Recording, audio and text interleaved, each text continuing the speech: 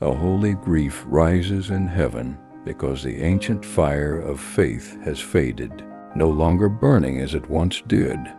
What once shook nations has been reduced to a spiritual tool for chasing personal desires. But the thunder of Hebrews 11 cries out with a message far holier, far weightier, far more costly than what many have been taught. Faith is not a system for getting God to fulfill your wishes. Faith is surrender, the courage to bow when God's will contradicts your own, the strength to trust Him when nothing makes sense. Faith is the unwavering conviction that God Himself is the reward, not the gifts, not the miracles, not the breakthroughs. The ancients knew this in their bones. Abel's faith cost him his blood, yet God called it acceptable. Enoch's faith was not in signs and wonders. It was in walking with God until the world could no longer hold him.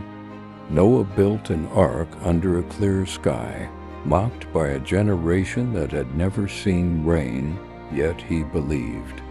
Abraham left everything familiar, not because he understood God's plan, but because he trusted God's heart.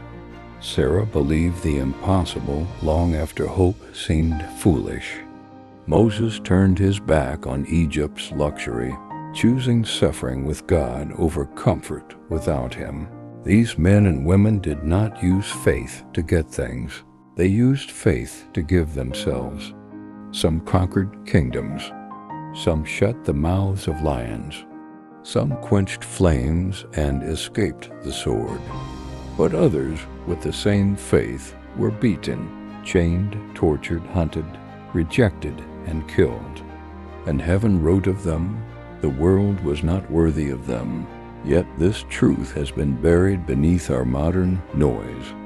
We have treated faith as currency for blessings. But heaven measures faith by endurance, by the heart that still believes when prayers delay, when doors close, when the storm refuses to pass. Real faith stands when God seems silent. Real faith worships when life breaks your expectations. Real faith obeys when obedience hurts. Real faith holds God, not outcomes. The ancients fixed their eyes on a city whose builder and maker is God. Today, many look no further than their next testimony, their next miracle, their next intervention. But the Spirit of God is calling us back to hunger, back to holiness, back to the narrow way. This is a cry away from shallow religion, from material-driven faith, from the gospel of self that has drowned out the gospel of surrender, and back to the rugged path where the heroes of Hebrews 11 walked with trembling, burning conviction. Return to the ancient path. Return to the faith that holds the cross higher than convenience. Return to the faith that does not flinch in suffering, does not bow to comfort, does not trade God for gifts. Let your life echo their cry, God is enough, God is the prize, God is the reward, even when nothing else makes sense. If you're inspired by this story and want to hear more like it, subscribe to this YouTube channel, Yomi Inspired, for more uplifting content.